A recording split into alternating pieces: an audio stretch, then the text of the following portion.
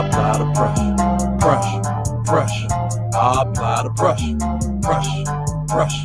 I apply the pressure. Yeah, pressure. I apply the pressure. 100 strong, 100 strong. What's that word, family? Hey, man, check this out.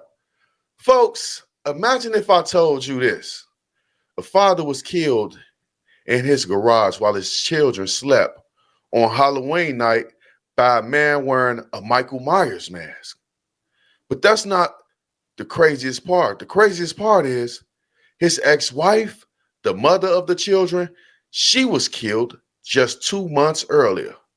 You will probably be like, Lo, where can I find that movie at?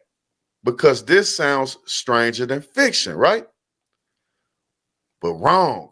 What if I told you this happened in real life? Check this out, and I'll be back with more commentary.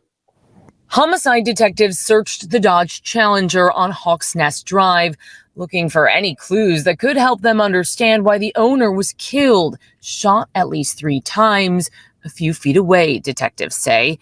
It happened Halloween night around 11 p.m. when trick-or-treating was done, but authorities say several neighbors said they noticed a man in a mask walking down the sidewalk before hearing shots. A neighbor's camera caught this 15 minutes before Precinct 4 deputies arrived. Are we, 100% sure that this was that person that did it? No. But yes, they were stated that someone was wearing a Michael Myers Halloween mask. Carmen Peterson was the man's estranged wife who was murdered back on August 16th. The 37-year-old mother was shot to death while she slept in her bed at her apartment off FM 1960. Peterson's sister spoke to us in September. I never thought that, I would walk in on my sister, just laying in the bed, murdered. In March, Peterson filed for divorce from her husband of 15 years, according to court documents.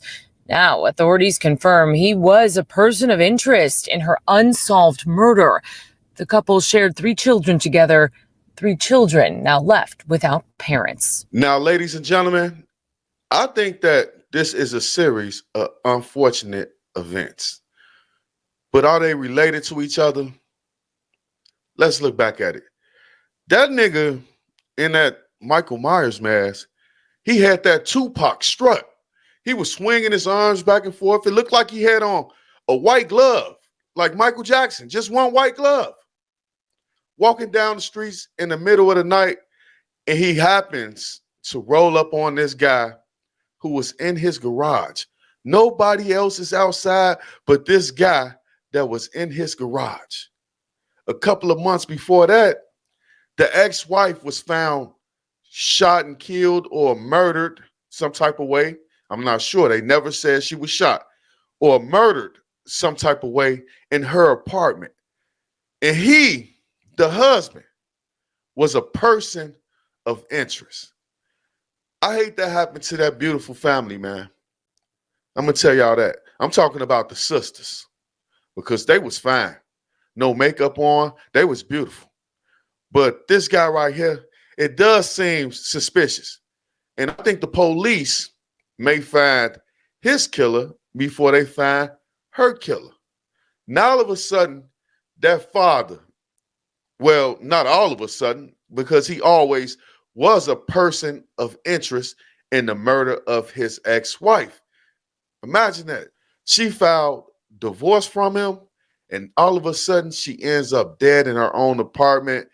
The police or the news didn't mention anything about a forced entry. They said she was laying in the bed like she was asleep. That shit crazy. The father ended up taking the kids, and now he's dead by a killer, if that was the person that was walking on camera, by a killer who is excited to do the job.